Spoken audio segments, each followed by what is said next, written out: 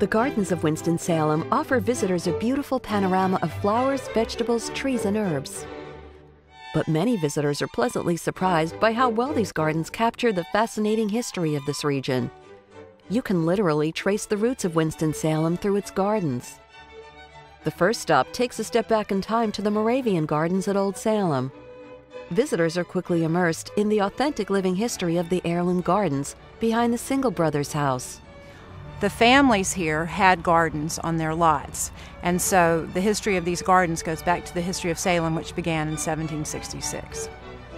These recreated gardens in Old Salem are expressions of the beauty and utility of the Moravian landscape. And that is an emphasis here in Old Salem to help us all understand our food, where it comes from, and how it was done a long time ago and how it can be done today.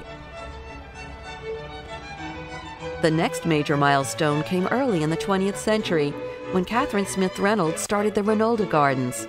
This oasis of woodlands, fields, and formal gardens reflects the rich history of Winston-Salem, featuring rose gardens and orchids among an expansive collection of uncommon variety.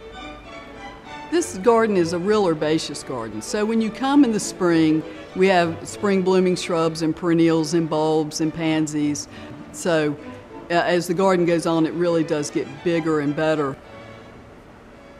We grow a lot of different salvias. Ranolda is known for its maples and its fall color. I think for a lot of people in North Carolina and the Southeast, it's just a hidden treasure that a lot of people don't know about.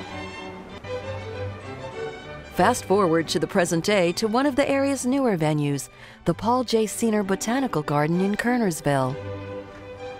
The garden is a story of the reflection of one man's life. So it's very whimsical, it's very hands-on, and it shows the reflection of this one man.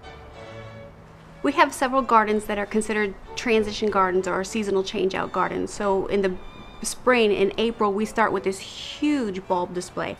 And so they're at peak around April. And so those bulbs will come out and then we'll put in our summer bedding. And again, by the time September rolls around, you have this huge show of summer plants. The quilt-style kitchen garden produces 3 seasons of fruits and vegetables, which pays homage to the Moravians' approach to heirloom gardens. Thanks to the seasonal nature and year-round beauty of these gardens, visitors are guaranteed a new and memorable experience whenever they choose to visit. To learn more about the gardens of Winston-Salem, go to visitwinstonsalem.com.